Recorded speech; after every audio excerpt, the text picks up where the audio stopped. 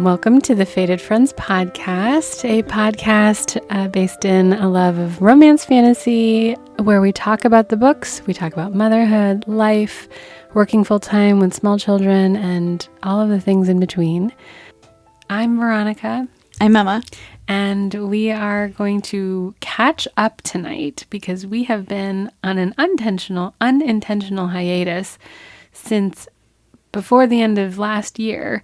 There's just so much going on, so we'll catch you up on that. Did you have a word for this year? Yes, my word for this year is expansion. Oh, that's right. Yeah. Did you have a word? Execute. That's right. But girl, you're executing, right? I'm trying. Yeah, so last year, I think my word was like confidence or courage or something. And then I wanted to test could I do something that felt like really brave and kind of crazy to like test, like, am I more confident? So I did sign up for a marathon. The marathon. Yeah, so I'm doing Boston, which is so wild, and it's next month. I know. I wanted to ask you, like, do we come and cheer you on? Like, what do you want? Oh, well, I mean, have you ever gone to the No. marathon, to the finish line? Yeah, it's wild. Yeah. That's why I think this one is so crazy. Everyone says Boston is one of the hardest marathons, and I've been trying to understand that because I need to know what I'm getting into. And I don't think it's necessarily that it's the most difficult course there ever was. I think that there are a few things that make it a little bit difficult, and one of them is that the crowds are so crazy because it's on a Monday, but the whole city and all of Massachusetts, I think, takes the day off. Yeah. Not my hospital system, but... Yeah, not my job. I am taking PTO to do this. But yeah, so it's a public holiday. Kids don't have school. Right.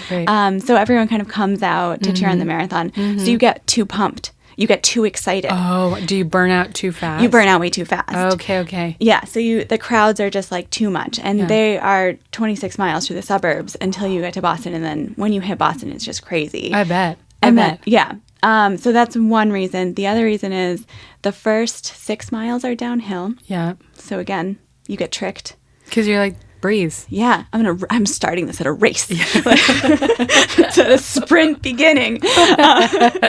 And then apparently that's difficult on your body. Yeah. And then I believe it is Heartbreak 20 hill. to 26 is all uphill. Yeah. So at the end, when you're tired, that's when the hills start. Oh, man. So that makes it hard. It's not hard hills. It's like net downhill as a race, but like it's tricky. And then it's the weather. It's like very variable here. And then obviously you're training in the winter. This was a cold winter. It was brutal. Oh. We had like so much snow and it was like black ice. So that's really hard. And then I think it's just like a world marathon. So people come from all over and you don't know what April 20th is going to look like. It could be snowing. It could be 70 degrees. It could be 80 degrees. So I think that those are the main things. And I think I've got it. I'm just going to survive. You've been doing half marathons leading up to this moment. So just halves. You're done with your half. Like I worked all year to get to one half. Yeah. And now basically I do a half marathon every weekend. That's amazing. I mean, I was talking with someone who also she's done a couple of marathons. Good for her. And I thought of you and I was like, oh yeah, like what was your longest run in preparation? She's like, well, the longest was 20 and then I went down from there. And I'm like, you don't try to do the full thing? She's like, no, you just train your body to sustain in general. And then it just goes when you finally do the race. I was like, all right, I believe you. If I'm running, that's a bad sign. It means everybody should run because I can't, I'm not a marathon runner. I have such admiration for you, admiration for anyone who does this, because it really is like a testament to the human body and mind, I would imagine. That's what I feel like it's all about, because it's really wild to me that I can be running as far as I am. And sometimes you hit walls and, you're just like, I can never go on. And then you get through it. And all of a sudden I'm like at a quick pace. I'm feeling great. Like I'm charging forward. And it's all mental. Yeah. Yeah. So my word for the marathon, because you should have some like mantras, is magic. I love that. Yeah, I feel like that's magic. Yes. Like the magic is running through me. And I was doing my long run. I drove up to Marblehead over the weekend because I'm just like so bored of running through our neighborhood. Yeah. I go to your house all the time. You do? Yeah. And I always am hoping I'm going to see you guys outside. Oh. But you have like a really great neighborhood because it's a lot of like cul-de-sacs and stuff. Yeah, so I like go through everyone. And also I know how to get to your house because I'm so bad at directions. Me too. So like that's like part of my run. It's easy. But yeah, I went up to Marblehead. So yeah, I'm in my long run and I was like feeling kind of bad, but I was reading this last book. Yes. What is it called? House of Flame and Shadow. Yeah, House of Flame and Shadow. Yes. And I was kind of in the beginning of it when Bryce and Nesta are running through the caves. Yes. Yeah, and Bryce has no fear, and she's also kind of like trying to outwit Nesta. Oh, yeah. Yeah, and also jumping into really cold pools of water in the caves. Yes. And I was like, I am Bryce. I am Nesta. I have my Star Sword. Yes. It's the perfect pair to run with because they're going to be like, what? Get the fuck up. Come on, let's go. Yeah. Pardon my language. Like, Bryce was wearing her hot pink sneakers. And I was like, that's me. Yes. Yeah, so I was like feeling so good. And then Strava or whatever, my app was like, oh, that was a great tempo run. I was like, well, thanks. Now you know what you could listen to when you run. I just had a thought. I was going to ask you, like, to prepare for that level of crowd energy, do you like listen to pump up music the whole time? Because you need to be able to like expose yourself to that level of like intensity on the outside as you're doing, an equally intense activity. I listen to nothing. Oh. Yeah, I'm so low tech. I just am in my thoughts the whole time. Yeah. That brings me back to our conversation way long ago about how a person thinks. So what are you running through in your head? Oh, it's Pun so intended. It's so good. It's like anything I'm trying to work out, any like problem I have. I'm trying to think of like what it was like Bryce and Danica, like I'm Bryce and Danica. Yes. When I was running through like Marblehead, like I used to live up there. So I was just thinking about that, like, I did like my first, I got into running up there. So I remember doing my first mile and being like, I'm going to do the mile a day challenge. And like that was hard. And like my first mile was hard. Yes. And I was doing 18 miles up there. And I was like, I can't believe it. Like now I think that was like 10 years ago. Wow. Like now I'm doing like the Boston Marathon. That's amazing. Talk about building your confidence. It was good. Like it was such a special full circle moment, but you can't get too emotional. Right. You gotta keep it. It's an endurance sport. Yeah. Can't peak and then fizzle out. Yeah. Or like get sad about anything. Because I also passed like my divorce house. Like can't do that. Nope. Bye. Yeah. We're looking forward. See ya. Yeah, exactly. Oh man. Oh, well, yeah, I'll have to look at my schedule to see if I can. Because when... Oh, you don't have to do anything. I wish I could. I should have planned better. I think it's really crazy. Yeah. Down there, I even thinking about trying to get Dave to go is really crazy. Yeah. Because there's always a Red Sox game. So he's always down there with his buddies, like doing a Red Sox game, having like a day drink day. You like kind of cheer on the marathon, and I'm going to be just like pounding out those miles. Yes. And it's a long time. Like I'm not trying to go...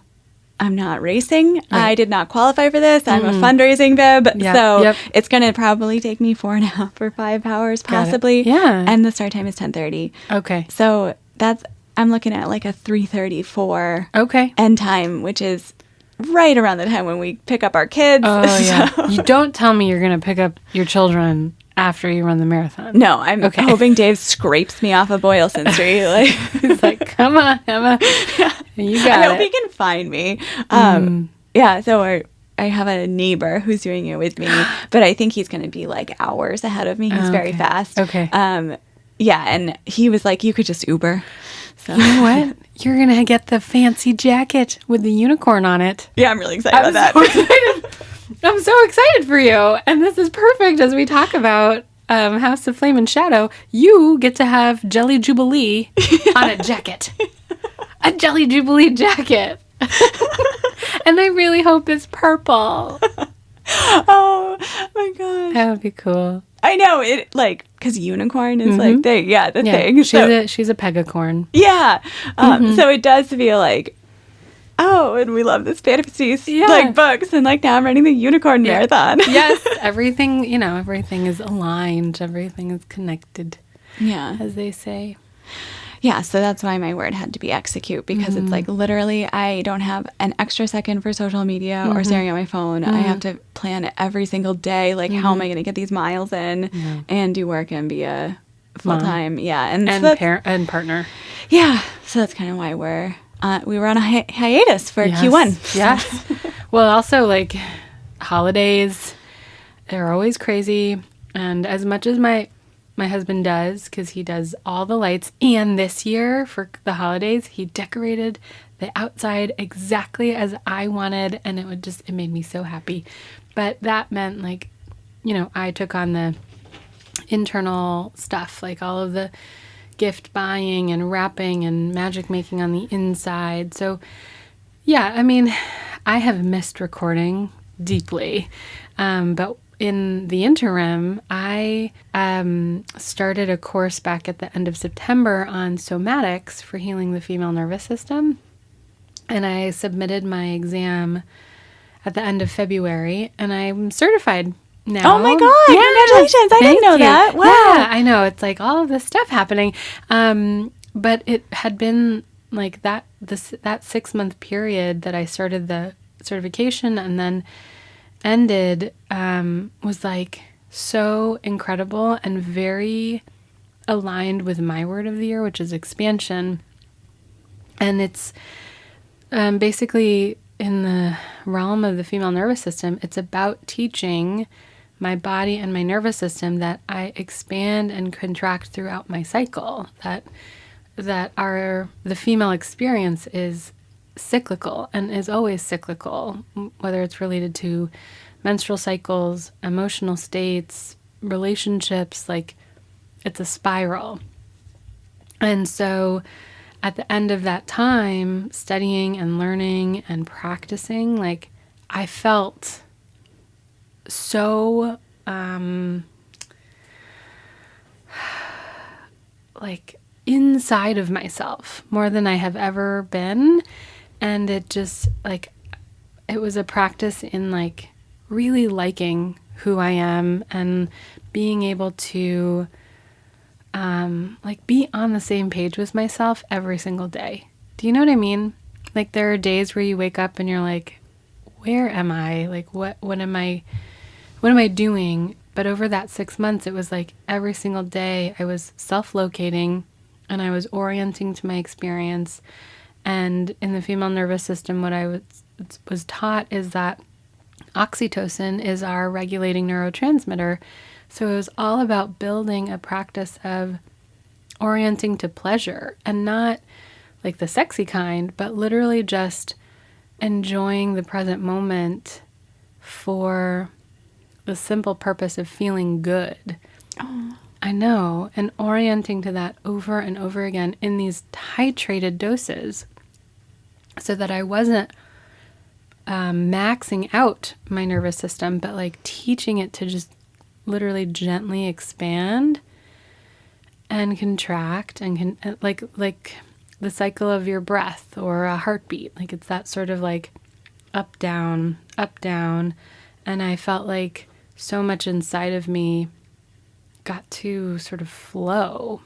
So yeah, I think it's so fascinating how by just leading ourselves with one word, you execute and me expansion, like we're embodying those words and the experiences we choose and where we lead ourselves. Oh, I love it. I love it so much. Yeah. That is so, I love that for you. Thank you. Thank you. I know I want to do so many things with it now.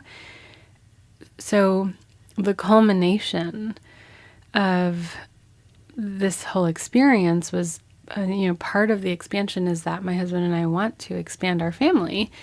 And we were talking about this, and I don't mind sharing this on the podcast because I think I hope women listen to this podcast and they can feel a sense of belonging here. But I was pregnant and now I'm not. and I lost that pregnancy, and I am actively trying to stop myself from like qualifying it or quantifying it by saying it was early, but we just had a conversation about how that doesn't matter. It's like so ingrained to diminish the experience. Exactly. But what has come out of it is that I feel very inspired to write about it. Oh, good. Yes. Oh, great. Not just my loss, but like pregnancy itself and what I learned in somatics, and expanding too, not just in pregnancy, but also like the female menstrual cycle. How do we embody that, and how to prepare for certain experiences that require expansion and contraction through the female body, whether it's labor and delivery or transitioning from perimenopause into menopause. Like, there are so many opportunities that I see now, and yeah, I'm exploring it. That's really cool. Thank you. It's a lot what we go through. I know. It is.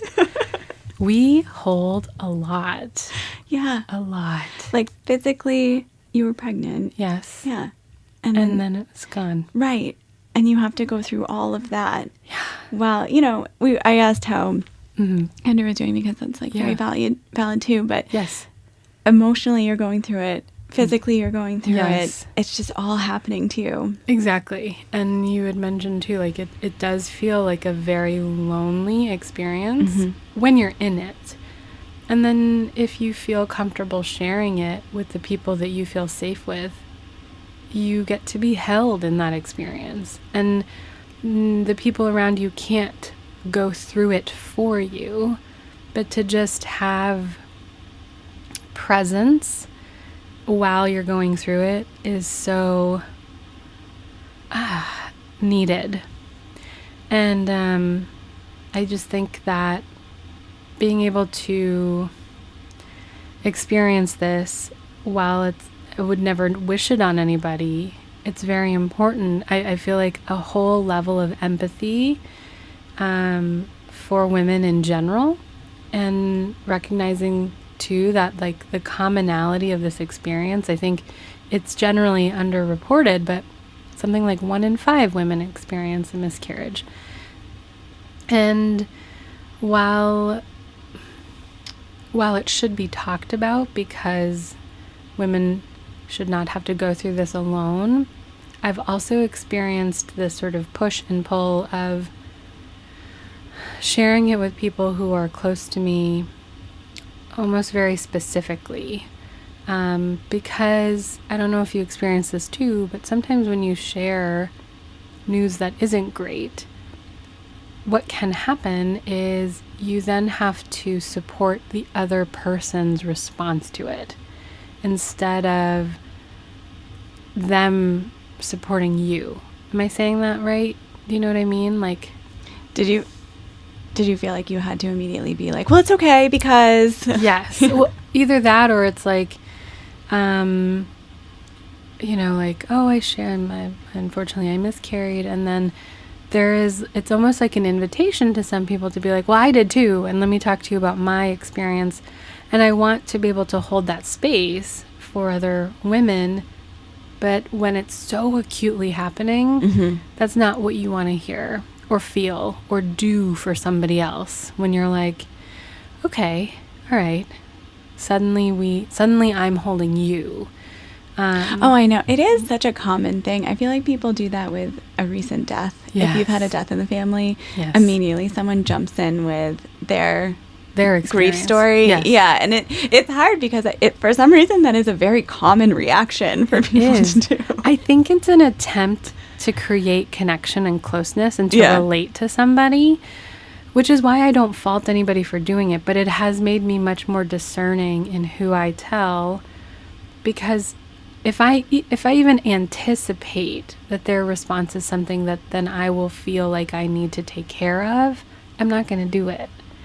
And it's been an internal battle with myself, and thankfully I had therapy this morning and she helped give me some perspective, because I just think like, am I am I being strange for not just sharing it with people, especially people who are technically within my family or that I have a close relationship with? Like, shouldn't I just volunteer this information? And my therapist was really supportive and wise, and she said, you know, that information requires an invitation from someone to be willing to hold space for you and attune to you. Like, for someone to really sit down and say, like, how are you? What are you going through? That's the invitation for you to share this information. You don't have to give it to somebody when it's unprompted, even if you think that they would probably benefit from hearing that information from you. And I just thought that was such a helpful thing to hear, because I was starting to feel weird about it. I'm not trying to keep a secret, but I am trying to protect myself. It's so hard because I don't know how many people you've let in that you guys are expanding your family. Yeah. But then I feel like people are like, well, are you pregnant now? Yeah. They're like, I'm thinking about you. Yeah. Did you get pregnant? How are you? This month. Yeah. Which I'm like, I love the hype and I love the support. And it was one of the reasons why, like, the culmination of last month was like, everybody's in my corner. I'm going to go for it, you know, and it felt so right. And it did. It felt wonderful and amazing, but it just wasn't the time. Yeah. Not to sound trite or to try to wrap it up, but it truly just, like, a couple of days ago, my head and my heart bridged to each other, and I was able to both intellectualize what a miscarriage really means, like biologically and physically, and feel it and trust my body that my body made the choice that was best for all involved. And I could, honor that and trust that. It's so hard. It's sad. It's really sad. I'm so sorry. Thank you. Thank you for being here for me and with me and witnessing me. We can take this out, but I remember that I told my OB knew every time that happened. Yeah. And then they talk about it every single time. Like, when I was giving birth to little one, they were like, okay, and you've had this many pregnancies, and it's like, then you like, I'm about to give birth, and now I'm like remembering the sadness. Oh my God. You're like, thank you. Please don't talk about this right now. I know, like, I actually don't want to get into it or tell you the story or whatever it is. Mm-hmm. And then, then someone said, if you've had this many, why didn't you do fertility treatment? Oh my gosh. Yeah, and tone deaf. Exactly. Like, and they were just like, I don't get it. Like, why wouldn't you have done if you've had this many? And it's like, well, I mean, I feel like I do want to. I didn't think it was enough for it to be like a tragic problem. Also, it's none of their business. Why didn't I spend tens of thousands of dollars to make this experience like deeply micromanaged by science? Yes. Why didn't I do that? Yeah. Like, I knew it was going to happen. Yeah. Like, I hadn't given up hope that it was going to happen. But also, it's not, IVF and IUI, those are not like easy options. Right. Yeah. It's not like, oh, well, I've had a few miscarriages, so I'm just going to go to the doctor and they're going to knock me up that way. Like, it's not, people oversimplify and then they misunderstand and then they just think like, well, why not? Yeah. Or they just kind of want to like solve the problem. Yeah. Like, oh, we could solve this. Yeah. We could just do this. Yeah. And you're like, okay, easier on paper. You're also not considering like, there is definitely emotional processing needed too. Like, should you have needed the miracle of science to make a baby? There's grief to be had over your body. I mean, because we've been taught over and over again, don't get pregnant when we're young. So we think that it must be so easy. And then it's like deeply hard. It's very hard. Every baby is a miracle. Like, that's what I really came out of with this. Like, it's such a miracle. It's a miracle of science and, yes, timing and so many variables that we cannot account for. So when people oversimplify that stuff, or they dismiss your experience and try to offer you a solution that they think is easy, I mean, that's when I want to be like, what do you mean when you say that? What are you trying to do? Yeah. What's your point? And I wasn't really in like solution time. Right. Like, Right. I'm not saying that this horrible thing happened to me and now I need you to solve my problem. It's also not a problem. It's currently an experience and I'm in grief. Can we... Hello? Yeah. And yeah, I mean, just also about the tone deafness of people around us, around anyone at any time. Like, one of the benefits of my somatics training has made me recognize like how fast everyone tries to move. Mm-hmm.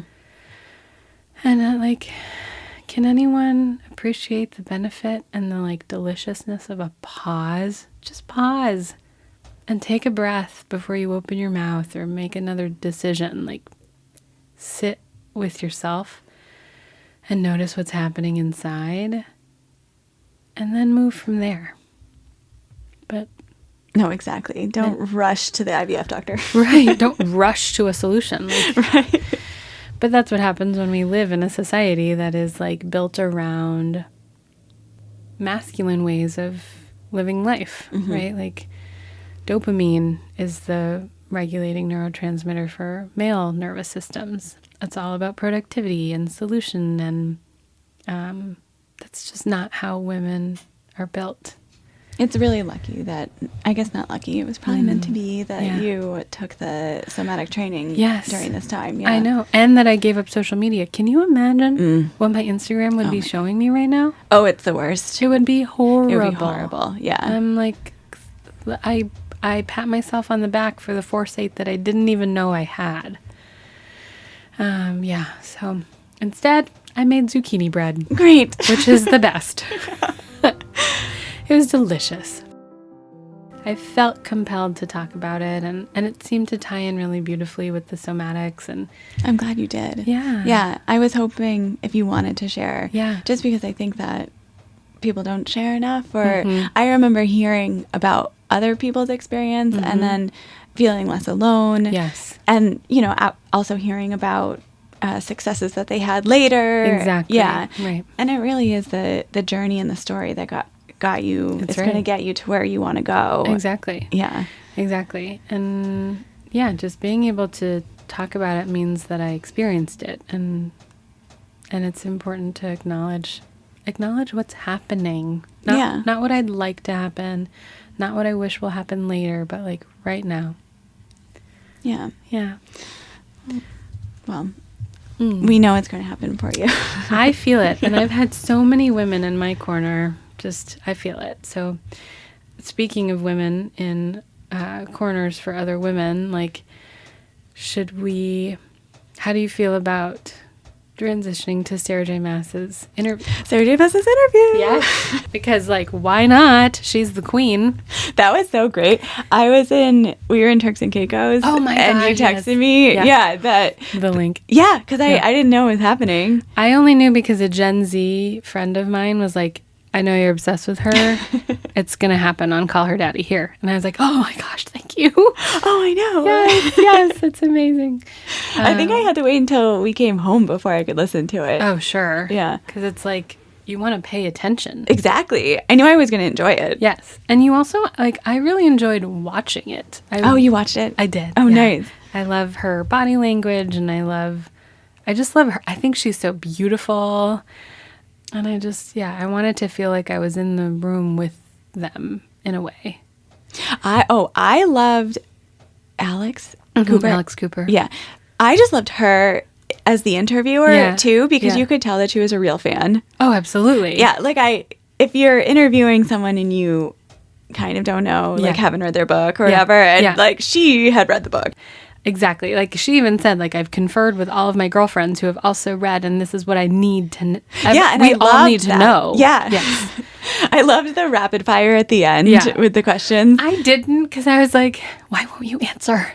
Why won't you answer? Yes, because she can't. I know. I want to see your journals. It was kind of, I know. But it was kind of like, no, that's what Alex is asking the questions we need. Yes. Like, thank you so much for doing that for us. Exactly. Like, even if she can't say anything, it was still great to have somebody say what we've always wanted to ask her. The person, the queen, the goat of romantasy. Like, the fact that she knows that those questions exist, and the fact that, like, my guess is she couldn't answer because it's like they're coming. The answers are coming. Part of she can't give it away. Exactly. Oh my God. In the beginning, I thought it was so funny when she's talking about, like, she's like leaving clues because she didn't give the announcement until the end. Yeah. And she's saying, like, I'm on a deadline. Yeah. And they're in LA and her partner Josh is napping and she's like on a deadline and has the kids and they're asking for snacks. Funny. I was like, oh my God.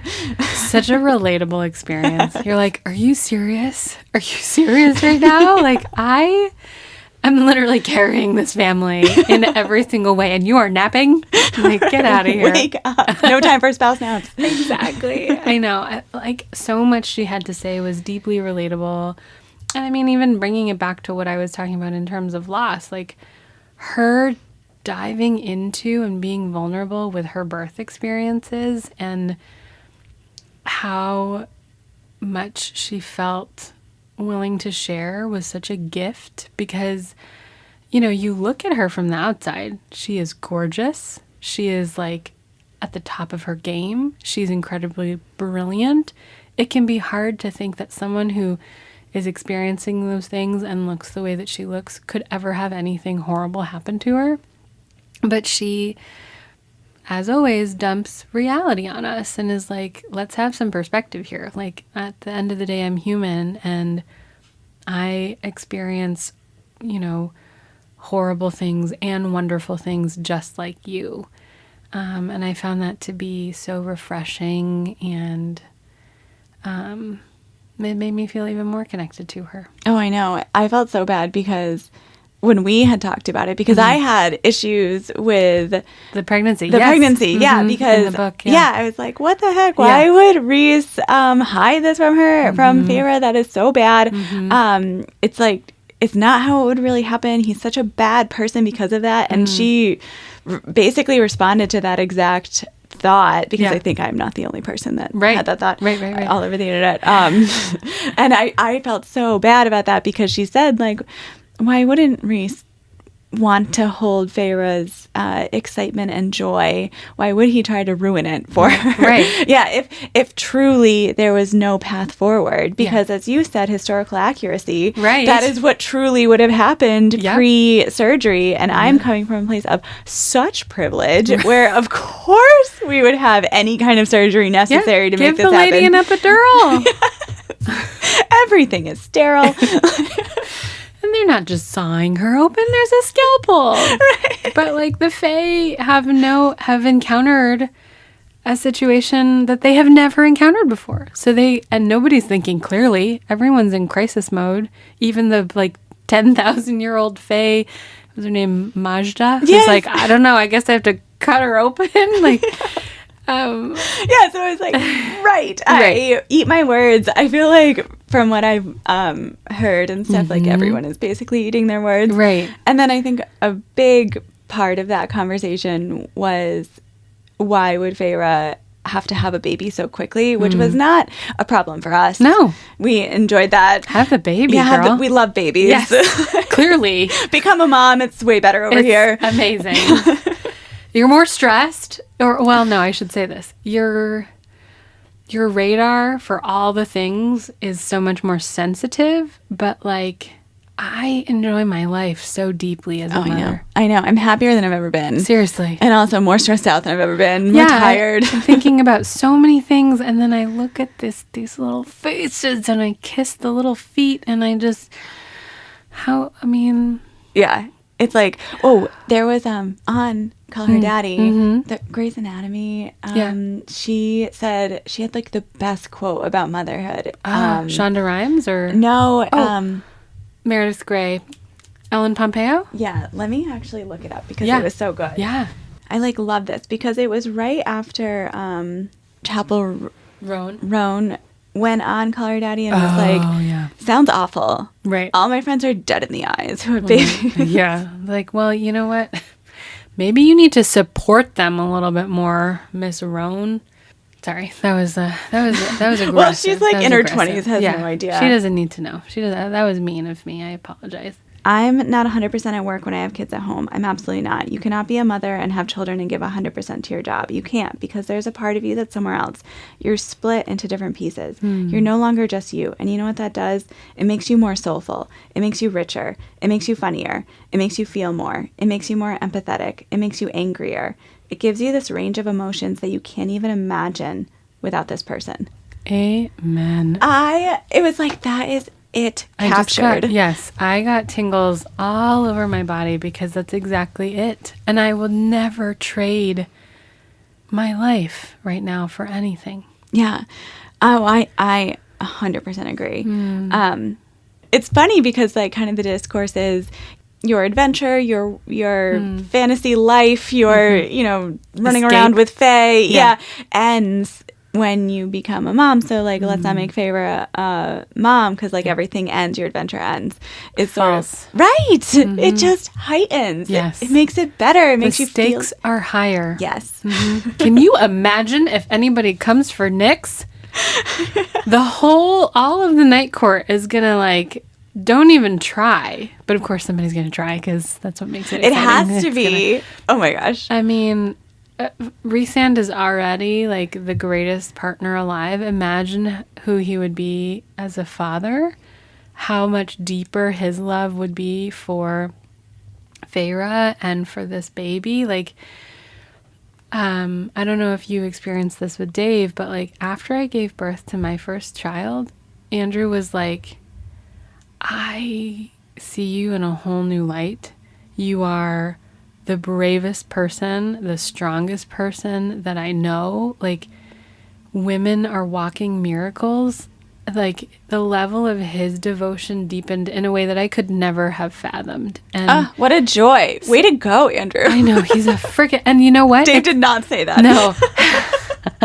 And it's taken me until now, 6 years later, almost, to feel that. Like, I doubted his devotion.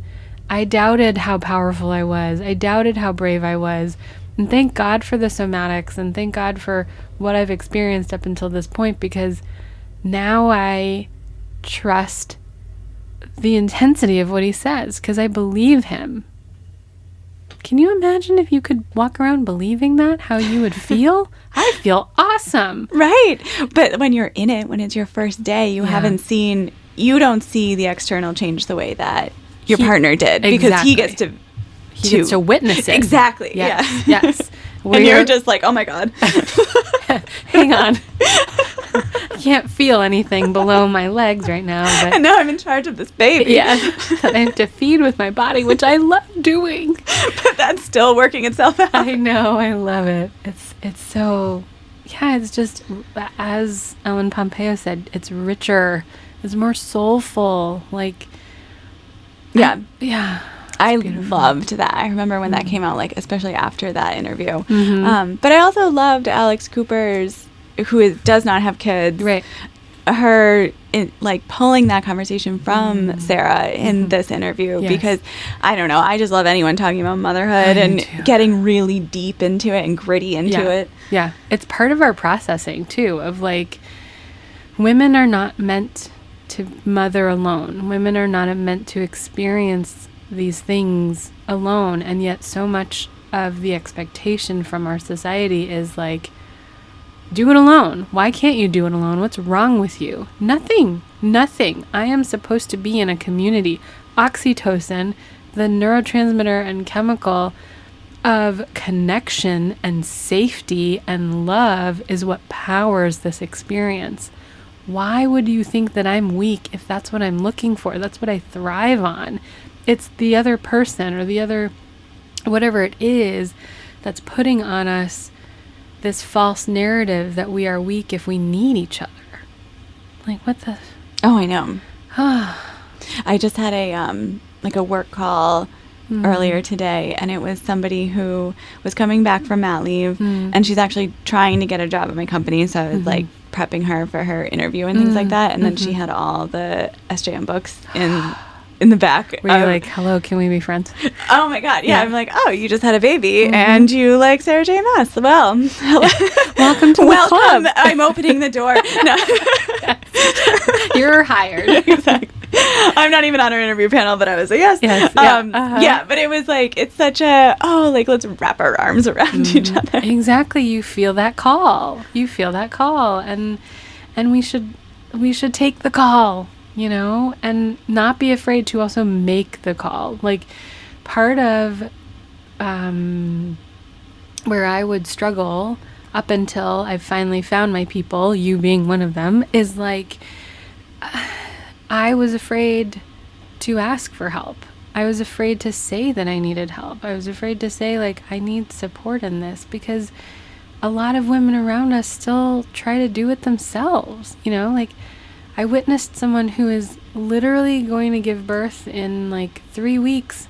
She's carrying groceries from her massive SUV into her home while a 2-year-old is at her ankles. And I'm like, can I help you? She's like, no, I got it. I know you do, girl. I know you got it, but imagine how much, let yourself be helped. What is wrong with that? I feel like there's a feeling where, like, okay, now I'm in charge of all of these small people, so I have to be, like, operating at the very best because, like, I am their person. So it's really hard to let yourself in because you don't want to falter. Right. You don't want to look weak. Right. And yet, if you don't, then that's what your children think is expected of them. Absolutely. And you're going to burn out. Yes. It's going to come to a... Yes. And when they struggle, they're going to think, Mom never struggled. Absolutely. What's wrong with me? Yeah. No, you have to tell them, like, I'm having a bad day. I'm having a hard time. I raised my voice. I hate raising my voice, but I did that because I have a lot going on in my body and in my head right now. And it's not about you. But what happened was it just became too much. I'm sorry. And then it gives the child permission to do the exact same thing. So, like, I just don't understand the desire to be invincible when, if you can just demonstrate your humanity, it allows other people to be human too. Well, yeah. Like, in the interview specifically, she talks about like C-section trauma, and I appreciated that a lot because often you hear, okay, it's like what, like 10 weeks or 8 to 10 weeks or something for recovery for a C-section. That's like what insurance gives you. Yeah. And then so you kind of imagine that is the amount of time until you're healed and you are much better and fine and perfect to go on forward for C-section. And it's years. Yes, it can come up for the rest of your life, the C-section trauma. It's what I treat on a normal daily basis. Like, the fact that the medical community, even though I am part of the medical community, has determined it takes 6 weeks to heal from a vaginal delivery and 8 weeks to heal from a C-section is absolutely ridiculous because they're only looking at the physical healing of the tissue. Your wound has sealed. Your body is no longer in the like proliferative inflammatory process. That doesn't mean that you can go do what you did before you were even ever pregnant. You still have to recover emotionally and hormonally. You still have to recover physically in the sense that you previously had a watermelon in your belly and now you don't. So your center of gravity, your core muscles, the motor control within your body, it's all thrown off and it's not going to come back in 6 to 8 weeks. Sorry. You were pregnant for 40 weeks. Why would you think? But it's a dissonance. It's a misunderstanding. Just trying to stop myself before I get on that soapbox. Oh, did you? So I listened a little bit to Book Talk for Book Talk. I do love them. I haven't listened to them in a while. I always want to have read the book if I'm going to listen to them, and I haven't read all the books that they do. Right. But they did talk about the interview, and I really loved I thought they did a good job with their response to this part of the interview, because neither of them have kids. Right. But they really stood up for mothers in a great way. And I was like, look at this sisterhood. Yes. Look at women coming together no matter what. Exactly. You don't have to have gone through it to know that you can support other women. Absolutely. Yeah. And they were coming for support of the moms quite a bit. I really appreciated that. Yes. Thank you, ladies. Yeah. Thank you. Because you never know. It could be you next. And you don't want to feel alone. Or your sister. It could be your best friend. Somebody you know. I still feel remnants of guilt that I didn't show up for people who had babies before me, because I didn't understand. Well, we didn't understand. We were idiots. I was an idiot. I've been thinking, I'm planning my wedding and I'm going to hire a babysitter for everybody. Wouldn't that make it easier? It's like, no. Everybody has different bedtimes. Every child has different needs. Every mom has a different level of desire for how her child's night is going to go. You can't just hire a blanket babysitter and be like, everybody's going to be fine. I know, blanket babysitter, you just think that that's the answer. Yeah. It's clearly not. It's not. One. No, one. For ages 0 to 12. Yeah, that's so dumb. But, I was dumb. I'm owning that. And I'm not dumb anymore. I'm less dumb. Let's do that. Oh, did I tell you? So we were talking about, I was going to do a Bermuda wedding. Yes. Are we still? Okay. No, we're not doing it. Okay. Yeah. I don't, you had a destination wedding. I did. It's Bermuda is so expensive. Is it? I bet. So it just pricing it out, we've been asking everyone to pay $2,000 to attend. Yeah. Just for flights and hotel. And it's I can't do that to friends. I know. When we did our destination wedding, I was like, we have no registry. Don't buy us anything. If you want to get us something on top of that, that's deeply, deeply generous. We just want you to be there. And we also kept it to immediate family, only extending out to first cousins. And then we had 10 of our very closest friends at the time. And even to those friends, we were like, you guys don't have to come, but we wanted to extend the invitation because we love you. And we kept the wedding as small as we could because we knew that it just was not feasible to expect people to fly all the way across the country and then some to go to this wedding. It's a 5-hour event, everybody. In general, I mean, we tried to make it as many as events as possible and cover as many costs for people there as possible, but it's just a lot. It's a lot. And I mean, you did it, and I would imagine a lot of your friends didn't have kids yet. No, nobody. At this point, it's insane. Yeah. Absolutely insane. On top of that, you also have to figure out childcare or whatever you're doing. Yeah. My mom is trying to get me to plan for a wedding in Australia next November. Oh, cool. Which is really cool, but she's like, save up all your PTO. We're all going to go. We're going to do it. We're going to spend 4 weeks. I'm like, do you know... What are you talking about? I know, you could have a baby at that point. You probably should not book this. No. But I was like, you know what, Mom? We are going to figure it out. We'll table that. Yeah. You do you, girl. And I'll show up if I can. I'm not telling you. It's just everyone's coming from their own perspective and their own lens. And it's really, really effing hard not to do that. It's how we're built. Yeah. I'm just really freaking excited. We're getting 2 books. Oh my God. How generous is she? I love that she went on this huge podcast to share this news. Yes. And then explain more about how these books came to be and why they had to be released in the way that they are and why they're so big and why they came out together. Yes. Can I also say what I wanted to highlight is that she got she just sort of not casually mentioned it, but she got all of the rights back for her material. Oh, that was very cool. And so it's I will love her. I will love her forever regardless. But my love for her has increased in a capacity I can't explain when she was these books need to be interpreted into film or TV or whatever on the screen in a way that is actually honorable to what's my vision, my fans' visions. Like we're not just going to like have an interpretation of this. It is going to be the real thing or it's not at all. And I freaking love that. And I thought of you because I was like, we were talking about like the CW version, Yes. you know, and it's like, she's not going to let that fly.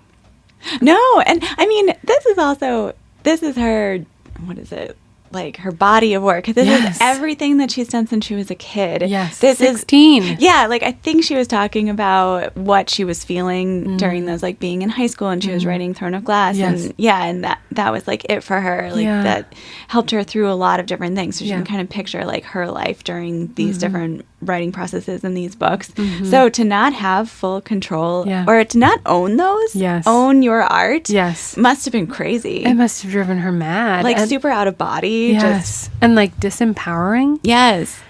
Yeah, I'm so proud of her. I'm so proud of her. And like, that's really cool. Her whole piece on her mental health and how she like, now that she's in therapy and has been able to take care of herself in that way, recognizing like, wow, I've had these mental health issues. Like, I didn't realize I was working through these things through my characters. And now I can look back and be like, there and there and there. And I love that. I love that. Long live therapy. And I'm so glad she was also like so candid about that too. And then gifted us through her processing that. She's so generous. Yeah, it gave us these books, these characters that obviously is, you know, intrinsic to the human experience because we all love them. And the female experience. Yeah, they're so, I mean, they're so popular that... Oh, I guess the other thing I did want to say was I just think she is also such an inventor because I mean, I know that romantasy was potentially a genre before her, although she made it what it is today. Absolutely. Yeah. She built the landscape. Exactly. Yeah. Like then, you know, she walked so others could continue walking. Yes. But I think it's so cool that she, you know, popularized and made romantasy what it is. And now she is creating, like, she was like, no, I don't want to be held to the standards of how a normal publication cycle would be, or my books have to be super long, actually. Yeah. I love that. I think in another interview, she said her books they were like Bible pages because they had to be that kind of page just to be the width that would fit in like Barnes and Noble and things like that. And like they needed like a certain number of books on the shelf. So like they had to make the pages as thin as possible. Yeah.